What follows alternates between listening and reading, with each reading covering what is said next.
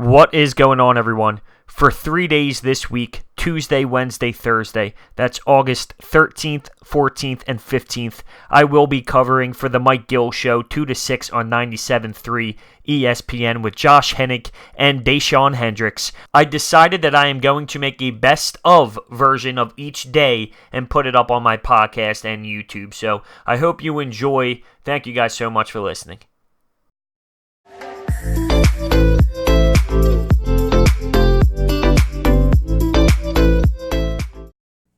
I got the football itch after that interview. I have the football itch. Yeah, well, it took us half the show because we had so much Phillies stuff that was just blowing up all over us on the text board. And we do appreciate all the feedback on the text board at 609-403-0973. We got to start with the main thing Emery said in that interview, which was, remember, he's at camp, Giants camp. He's entrenched. He just brutally came out and said, look, the Giants made the mistake in drafting Daniel Jones over Dwayne Haskins. Just totally matter-of-factly, like there was no and ifs or buts about it. Just mic drop. And that's a guy who's seeing Daniel Jones every day in camp. And even he is still not convinced that Daniel Jones is the guy.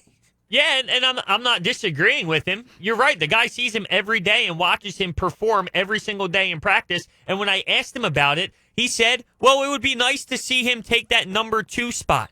Well, you're talking about the guy that you drafted, number 6 overall. Now, granted, you understand that Eli Manning's still there or whatever that mess is, it is. But, it would be nice for him to take that 2nd spot. I mean, I'm not thrilled to hear that if I'm a Giants fan. And I'm not thrilled to hear what Gettleman said after the draft. Well, maybe he sits 5 years. Maybe he sits 3 years. I don't know. What do you mean you don't know? You're the GM of the team that just picked them.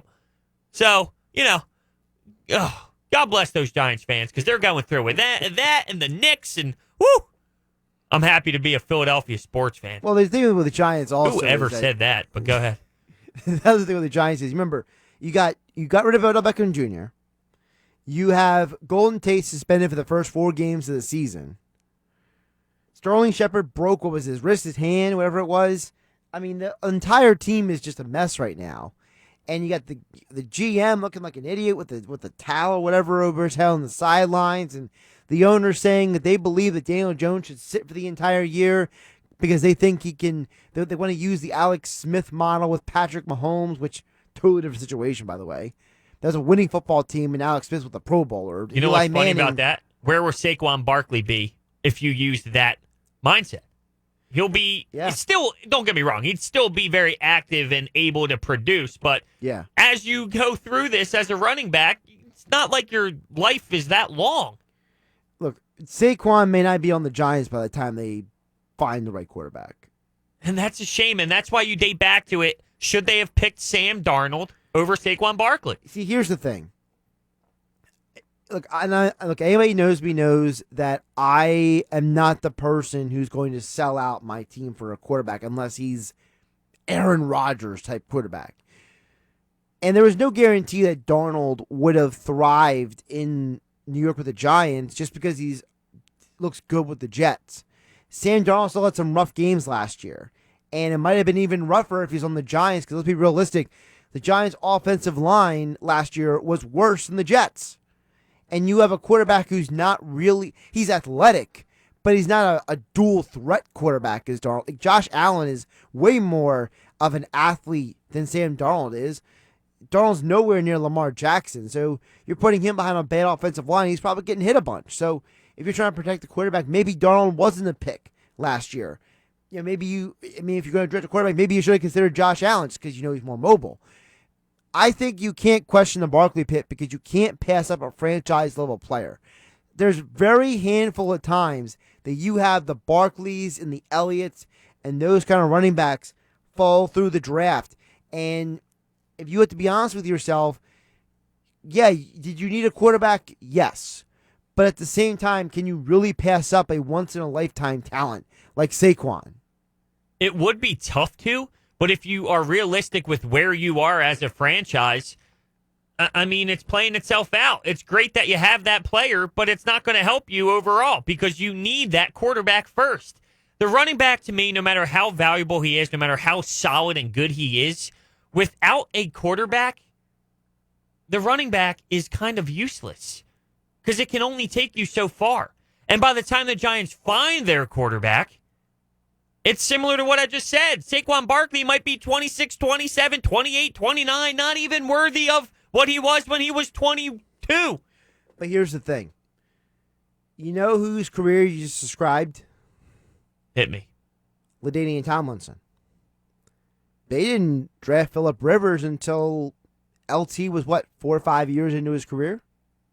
And Drew Brees at that point was not the Drew Brees he is now. Drew Brees, he started a little bit, started his career, then he had the shoulder injury. Phillip Rivers came along. LT still didn't win a championship. Right, now, I was going to say, where did that bring them to at the end of the LT's day? a Hall of Famer, though. Of course. But what you just described was LaDainian Tomlinson's career. It took 4 or 5 years for the right guy to come in there. Now, if the Giants, from now until 10 years from now, get the same production that happened out for the Chargers, yeah, are they happy with that if they're not winning a championship? Well, you better be. You have a superstar on your hands. And that's my point. You can't pass up a superstar for the chance at a quarterback when your situation isn't even conducive for said quarterback. I believe that you easily could have made the decision to go with Sam Darnold there, and that's not the wrong decision. Because you need the quarterback. What you're saying. It's so important. It's way more important than the running back. Yeah, but can you really? To me, I can't pass up an all-time talent. And that's why I look at Saquon Barkley. He is a special player. Because you know what's going to happen? If you did draft Sam Darnold and he doesn't work out for you and Barkley goes somewhere else in the Hall of Fame career, you know what you're getting? You're crying if you're a Giants fan. And the Giants franchise is, basically lamenting the day. I disagree because at that time, at the draft, you're there as a Giants fan and with the organization making that pick, claiming we need a quarterback. You can assume, or you can even go back in time and put yourself in that position. A lot of Giants fans, okay, they were happy because they realized they got good talent, but they questioned what was more important. Don't you think that? Don't you think the Giants in that moment, the Giants fans, wondered why we didn't go after a quarterback? Of course they were. And I heard them. I remember them last year talking about it. But that's why I keep saying this guy could be a Hall of Famer. But what is a Hall of Fame running back without a team surrounding him? The first step in building a team is the quarterback. Like I see the same with the quarterback. The Giants' offensive line last year was a dumpster fire. Yeah, but once you have your quarterback, things start going into place. Sometimes. I would argue majority of the time, though. Like, for example, and I'm not saying this to be a negative about the player I'm going to say. Okay. The year LaDainian Tomlinson was drafted, Michael Vick was the number 1 overall pick. Now, what happened with Vick in Atlanta? They got to an NFC Championship game. He had his impact on the franchise. But you have to wonder, what if they would have drafted LaDainian Tomlinson in the first round, and maybe they would have ended up with Drew Brees in the second round? That's too many what ifs. But that's what happened with the Chargers. Yeah, it's the too Chargers many what ifs. got LT in the first round, Drew Brees in the second round. Like that's like saying, hey, 10 years ago, if this happened, that happened, this happened, and that happened. But what could have happened? But aren't you doing that with the Giants right now? What do you mean? You said yourself. You said they should have taken Sam Darnold. Sure. They should have taken Sam Darnold. But that's not saying, well, if this happened, that happened, they're doing this. I'm just saying at the time, they should have taken Sam Darnold because they needed a quarterback. But there's no guarantee he would have worked out for them. But that's any draft pick in any situation ever. I don't believe that the Giants should have passed up on Barkley just because you can't pass up on a once-in-a-lifetime talent. I can if the quarterback is too important. So there is an asterisk surrounding it when it comes to, okay, you have this great running back, but you don't have a team that can really help him right now. Well, that's great. If it takes you 5 years to build that, well, you don't have the same quarterback when your team's ready to rock and roll. So you somewhat need to look in the future and think about what is important now to help us build towards this 5-year window. But again, you look at the guys who have won Super Bowls. They're not all first-round quarterbacks. So you shouldn't pick a quarterback in the first round because you can get them in the fourth? No, what I'm saying is that if you can get a all-time talent in the first round, why not just get your quarterback later? Because if there's a guy that you focus in on and say that guy can be the guy, like the Seahawks did with Russell Wilson, you can do that. the argument of you can find it later on in the draft, for the quarterback position, it's not true. There's one motto that every team uses when it comes to your quarterback. It doesn't matter what pick it is in the first round, you go get your guy. That's pretty much what the Giants just did with Daniel Jones. Oh, you could have got him with the 17th. You could have got him with the 24th. Nope, we're going to use it on the 6th because that's our guy. So when it's the quarterback, you just get him with that first round pick. You don't wait to the 4th round to try and snag a quarterback late. But here's the thing, and you and I were having a conversation earlier about first-round quarterbacks, okay? How many of those first-round quarterbacks have actually won a Super Bowl? Jim Kelly didn't. He got there, but he didn't win. Dan Marino got there, he didn't win. John Elway didn't win a championship until he had Terrell Davis, Shannon Sharp, and a Hall of Fame cast of players around him for him to win a championship. Yes, you wanted to start with the quarterback, but at the end of the day, you need other talent around said quarterback. And to me, Saquon Barkley, you can't pass up on that talent when there's no guarantee that the quarterback you're drafting instead of him is going to even lead you to the promised land. At the end of the day, But then you can never draft a quarterback then because nobody knows because none of it's guaranteed. But I know Barkley's a talent. I'm going with the thing I know over the thing I don't know. But then no one should ever draft a quarterback because no one knows if they're ever going to be anything. You know? Like that mindset's But if you're somewhat sold on a flawed. quarterback, like for example, coming out of college, I was sold on Wentz. Were Okay? you though? I mean, I like, was. North Dakota State. I Like, saw really? him play in North Dakota State, and I'm like, this guy has something. Really? There's something there. There's the moxie that when he played the FBS schools, like the Kansas States and others, and he played well, you saw something there. I don't know if I can buy that. Everyone knows I have a bias for Wentz, okay? It's a well-known thing. I liked him in college. I loved him in the draft. I was so happy when the Eagles got him. You see a guy in college sometimes, you just know, all right? And there's times you watch a guy and you just don't know sometimes too. Trevor Lawrence to me is a I know. There you go. Trevor Lawrence to me is an I know. But that doesn't mean I would pass up on other quarterbacks because I don't know. Like, for example, another guy, for example, Dashawn, who was with us earlier, he had to leave to go coach his kids in football. He looked at Lamar Jackson and said, this guy has it. And he said it from day one. He said it for 2 years before the guy was even drafted. And guess what? Lamar Jackson led his team in the playoffs last year. So sometimes you just look at a quarterback and you know. And last year when I looked at Sam Darnold, I like Darnold. I think he's got a high potential, high ceiling.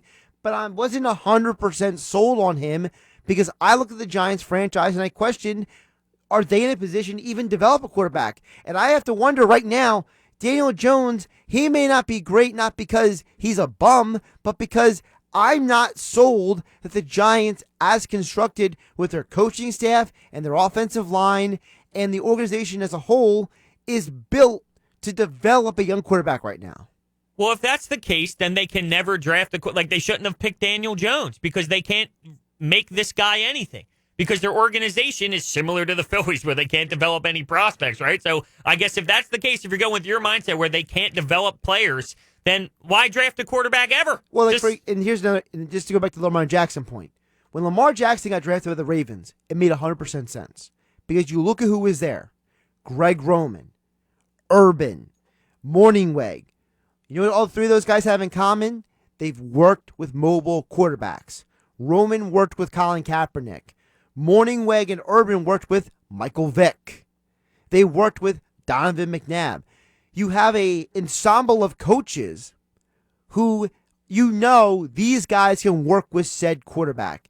No offense to Pat Shurmur, but we don't really know how good of a quarterback guy he is because every quarterback he's been handed most of the time has been veterans. He hasn't done this long track record of developing a certain type of quarterback. He's a good offensive mind. A lot of people like him, but I don't feel like he's the guy to go out there and say, I'm the quarterback developer. Like we know Andy Reid's the quarterback guy, right? It feels like every quarterback Andy Reid touches turns into something. While I'm not disagreeing with you that I don't believe that the Giants have this success rate of developing all these quarterbacks. But you can't not draft one if that's what you need, and they need one because Eli's on his way out. So for me, you have to build with your quarterback first. That's all I'm saying. I would have went Sam Darnold. Whether it worked or didn't work, that's the right move at that time because I'm taking it over Daniel Jones and Barkley. Sports Bash being brought to you by the Ford F-150. It's the only pickup built with a high-strength military-grade aluminum alloy cabin bed. Check it out at your local Ford store today. He's Hunter Brody. I'm Josh Hennig, filling for Mike Yell here on the Sports Bash on the Hump Day Wednesday. We'll come back with 5 questions next.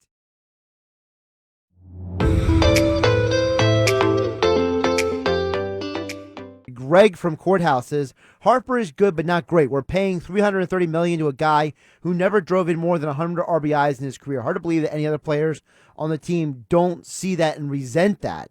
It's a little extreme, Greg. Greg goes on to say, maybe they, even subconsciously, don't give 100%. Look at how the Padres are faring with Machado. Well, first of all, the Padres roster is so much less than the Phillies roster. I disagree with Greg so much. To Wow. think, well, yeah, I do, because that's ridiculous. You do need to realize that when a player of Bryce Harper's caliber here is a free agent, and he's an unrestricted free agent, which doesn't happen. You don't see players like that. Right. So when they hit the free market, and it's a sport that doesn't have a salary cap, you spend that kind of money on him to get him. It doesn't matter how much money you spend to actually get him. What matters is he's on your team for the next 13 years. I would love to ask him. I'm sorry. Yeah. I would love to ask him. I mean, if they didn't sign Harper, where would they be? Also, Harper has endeared himself to the team. Like, you see them, he's got a special handshake with every player. You know, he's running out plays. He's arguably been their best defensive outfielder all year long.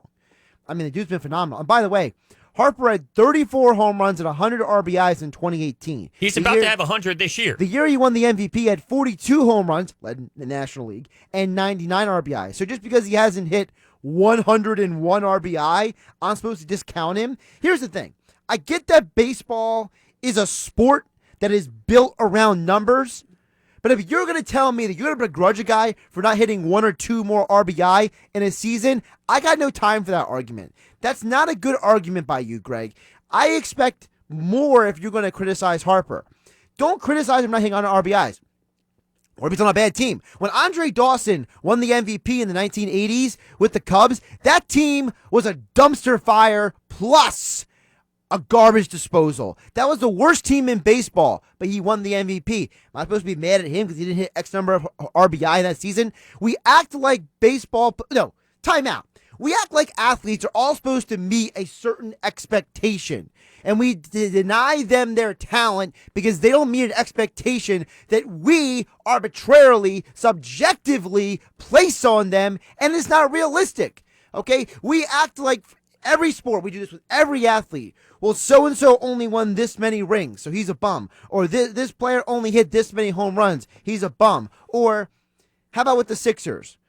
Ben Simmons can't hit a jump shot, he's a bum. If you're in the professional sport and you get to be an all-star and you get to be in MVP voting or you win the Rookie of the Year, you're not a bum. Do your thing, Josh. Do your thing, baby. Get that frustration out. One thing that he said that bothers me, though, you think Scott Kingery, Cesar Hernandez, Jake Bruce are sitting there thinking, wow, I can't believe this guy's making $330 million. That's pathetic. Subconsciously?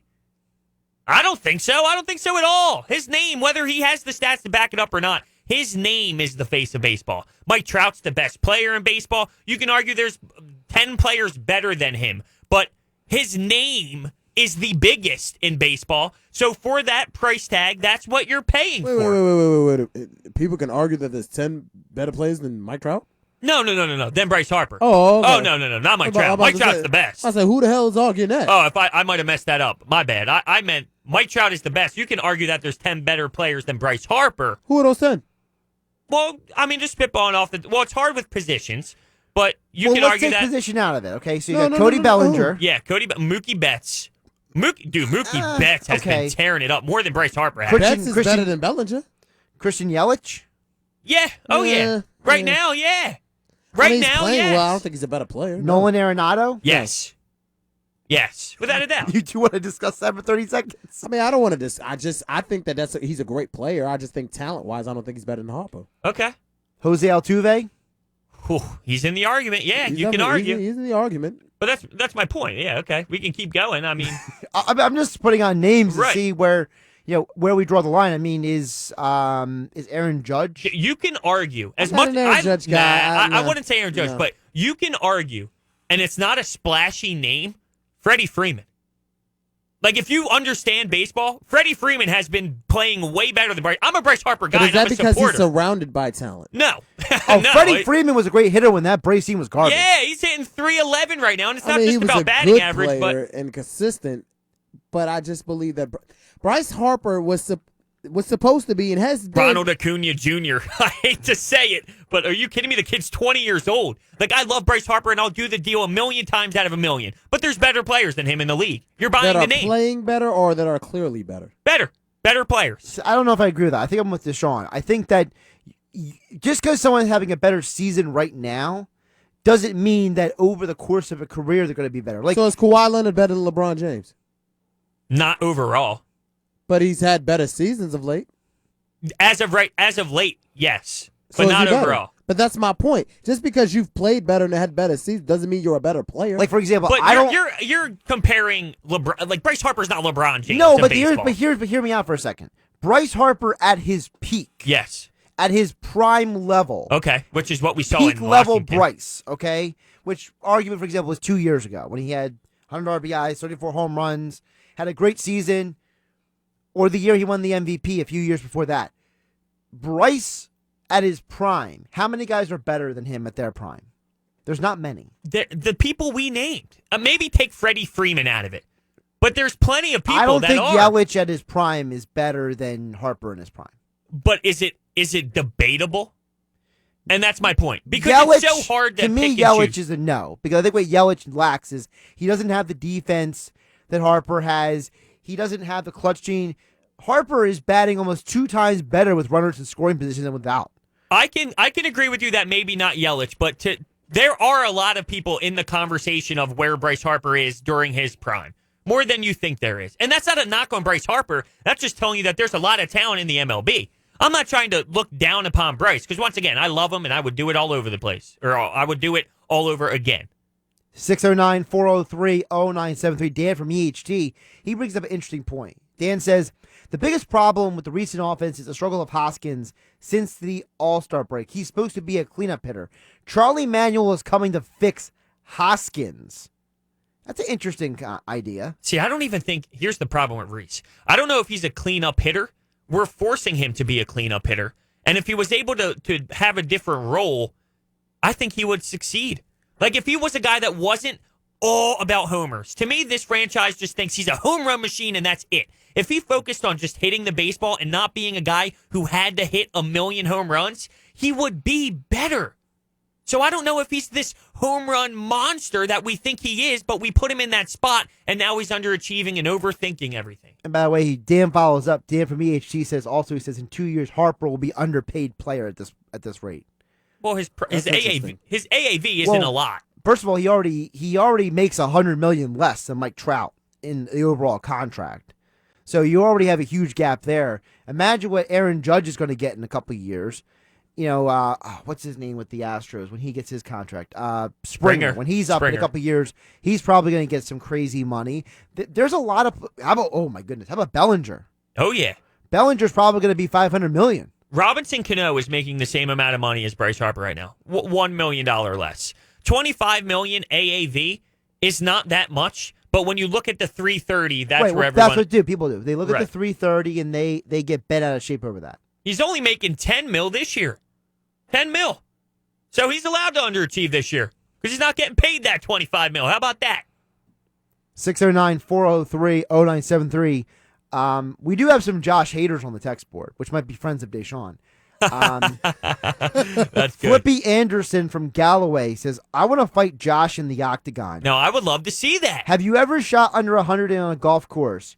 You silly little clown boy. Whoa. First, let's clear this up right now. First of all, So you don't know Flippy Anderson. I don't condone trashing you like you don't know what you're talking about. I think at times it seems like you don't know what you're talking about, or you may be misunderstood.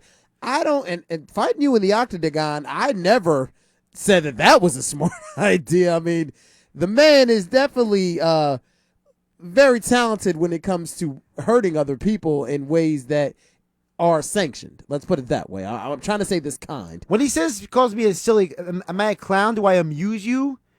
Like, Well, is that how this works? You do. You are a clown and you amuse him. Oh, okay. But I'd love to see that. I mean, if you want to set that up in your free time. 609-403-0973. Rico chimes in and says, didn't the Mets season turn around when they brought in a 75-year-old pitching coach? Oh, man. Yes and no. I would say that their season turned around more so when DeGrom started pitching better in general. I don't think DeGrom was getting help from a 75-year-old guy when he's a reigning Cy Young Award winner. I think when he started playing better, and then Jeff McNeil, I think, was a major catalyst. And then the third thing, when Pete Alonso came up, it just started wrecking home runs. I think the combination of those three things. It is funny that they have an old pitching coach. So yeah, who's the same age as Charlie. One thing I want to hit on, Greg from Courthouse texted back in and said, I never said that Harper was a bum. I just feel that he and Machado weren't worth what they got. And if they have passed on Harper, they can invest in pitching, which is what an argument a lot of people say. But in baseball, who are you signing? Well, that's not the point. The point is signing Harper was not the reason why they didn't sign pitching. Correct. They didn't believe they needed pitching because they trusted their guys. Right, it's an organizational philosophy. Yes, when you look at the payroll, the Phillies are 11th in the league. It's not like they're number one, spending the most amount of money. They are 11th in the league, and they just signed that big new contract. They have plenty of money to spend on pitching. They just didn't want to. That's the difference. I got to read this one more text before we hit the break because I got something to say about this. First of all, the texter didn't leave his name. Anonymous over here says, Harper's only hit 30 home runs twice in his career. He doesn't drive in a ton of runs. I guess 80, 90 RBI a year isn't a ton. But he goes on. There are plenty of guys better than Harper in the league. Plenty? Really? He goes on to say, Harper may be the most overpaid player in sports history. Really? What? Timothy Mozgov got $60 million from the Lakers. Luol Deng got almost $70 million from the Lakers. They're not overpaid. Remember when the Rockies, about almost 20 years ago, they signed Denny Nagel and Mike Hampton almost $200 million. You don't think they overpaid for those guys? You want me to keep going? How about the time that the Dodgers overpaid for $1 million guys? Huh? How much money did Jamarcus Russell get? Well, I mean, he's not a free agent. We're assuming with just free agent signings. I mean, if you want to talk about but you want to talk about the Raiders, how about the time that they signed the reigning Super Bowl MVP, Desmond Howard, and overpaid him to come in there and quote-unquote then the save the franchise. Do it every year when they sign Albert Hainsworth Albert for that Hainsworth, contract. Yep. We just talked about it. People look at Josh the 330. Norman? Well, Josh Norman's a good player. Josh Norman stinks. He hasn't been relevant since Carolina. Let's take the Band-Aid off the wound and call it like how we He's see still it. a good He player. stinks. He's not in Albert Hainsworth territory. Not yet, but he's trending there. I would say that also when you talk about the Redskins, remember when they brought in Steve Spurrier and they went out of the way to sign Danny Werfel? That was an embarrassment. Oh. See, if we were to sign him for half the tenure, say 6 years, $170 million? I'm just spitballing here, not doing the legit math.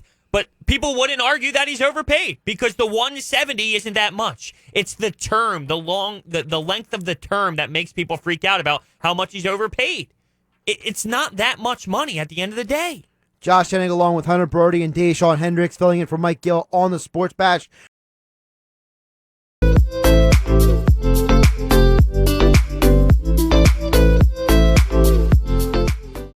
I got to give a player and then one word to describe him. Well, that's what Joey asked for, but I'm incapable of doing the one-word answer. Allen Iverson, fastest well, I got to get one word right. I don't think you have to. Fastest guard I've ever seen play. Fastest player I've ever seen play. All right. On a basketball court. Jose Reyes in baseball. I know he's a Met, and I know that's going to piss people I don't off. care. Jose He played for the Reyes, Blue Jays and the Rockies, too. He played for the Mets. Jose Reyes, one of the best base stealers I've ever seen in this era. Michael Vick in the NFL, one of the most dangerous players to play the quarterback position. Dual threat. He's the model, in my opinion, for dual threat. And in hockey, Peter Forsberg, constant leader. Good selection. Good set of choices. I would say that, first of all, I'm going to start with the hockey because this may surprise Hunter over there. So my favorite hockey player of all time, personal favorite, it's a guy who haunted a lot of Flyers fans. but I still loved him. I'm a huge fan of Dominic Hasek. I thought you were going to say Scott Stevens. No. Okay. I'm not dumb. Okay. No, Dominic Hasek was the most incredible goaltender I ever saw. The dude made saves I don't think anyone else could ever do. He was constantly just going nuts, making splits, diving on his head. He carried an entire franchise to a Stanley Cup final where the rest of his team failed him. That's why they lost to the Stars. Also, nobody boxed out Brett Hull, and that's why Brett Hull scored that game-winning goal in overtime. Thanks, Buffalo. But anyway, he probably won a cup with the Red Wings. So Dominic Hasek's my hockey guy. Basketball, I'm with Dashawn and with Joey D. Look, Allen Iverson was incredible, but it wasn't because he was the fastest guy for me. It was because he left everything on the court. He never took a play off. He gave every ounce of blood, sweat, and tears. Also, Allen Iverson, so for those who don't know, my mom hates basketball. Allen Iverson's the only basketball player she ever liked. So, for me, when I was a kid, if Allen Iverson was on TV, my mom would actually let me watch basketball.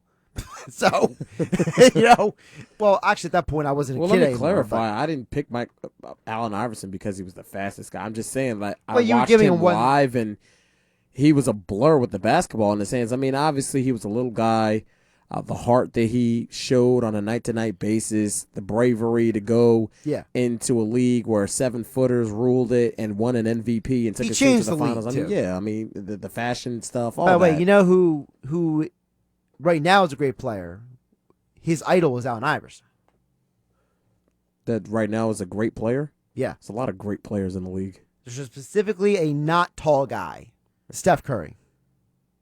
Steph Curry says his idol was Allen Iverson. Steph Curry's like 6'2". He's not that small. He's not a tall guy like Durant In the or NBA, LeBron. 6'2" is on the smaller side. Exactly. Yeah, but when we talk about Allen Iverson, a guy being small, I mean, he threw me off with the small thing, like 6 feet and under. Like, you got guys I like didn't say Isaiah 6 feet and Thomas. under. And I stuff just said like not that. a tall That's guy. when you said small guy. That's what I assumed. I didn't assume All right, that you meant sorry. Steph Curry. Sorry, my You verbiage should have said was all a funky. point guard or a guy that's a great player that's ascended the last couple of years. Anyway, my favorite football player is like Joey D. Brian Dawkins. I wanted to be Brian Dawkins. That's why I played safety. That's how much I love Brian Dawkins. The intensity, the Wolverine, the monster. I wanted to be Brian Dawkins and just blow people up on the football field. That's all I cared about. I just wanted to hit everybody as hard as I could and stand over them and scream. I wanted to be Dawkins. Simple as that. My favorite baseball player. So, I have a favorite hitter and a favorite pitcher. Because I can't really make up my mind. So, my favorite pitcher was Nolan Ryan. Nolan Ryan was incredible. He was pitching late into his career. He was throwing no-hitters. He was fighting Robin Ventura. He was striking out Phillies in the 80s. He was dominating still as an old man. He was incredible. And my favorite hitter has to be, and this is just my Phillies bias coming in here. My favorite hitter was Lane Dykstra. I liked Nails. I love that 93 team. I didn't realize how messed up he was till I got older. But my older self is embarrassed by my younger self for being such a big fan of Lane Dykstra. So there you go. Okay. Well, for football, I have the same as you, Brian Dawkins. Yeah, Brian Dawkins was phenomenal, and the word I used for him was just swag. I mean, the way he comes out of the tunnel, and he was electric. He was awesome. For hockey, I was diving back to my younger days when my dad would put me on his shoulders to go to all the games. He was he's the standard Broad Street Bullies 70s 80s dad, you know what I mean? So that's what I remember growing up with that whole era. But Sidney Crosby's the best hockey player I've ever seen in my life, and I've been playing hockey from the age of 4 to 23 through the ranks. Sidney Crosby, the word I use to describe him is perfect. He does all the little things right, the little things that normal people watching the sport, the common fans, they don't even pick up on, like protecting the puck with the board side and stuff like that. The way he protects the puck, it's insane. The guy is special. Basketball, LeBron James. He is my favorite athlete I've ever watched in my life. The word I use to describe him is dominance. And then for baseball, I did the pitcher as well as the hitter like you did. Max Scherzer, and the word I use to describe, competitor. I love his work ethic. And, of course, I'm sticking with Philly bias as well. Chase Utley and that era of baseball is what I grew up with when it came down to becoming a die-hard Philadelphia Phillies fan. So that era to me is very important. And he was just determined. So that's my list.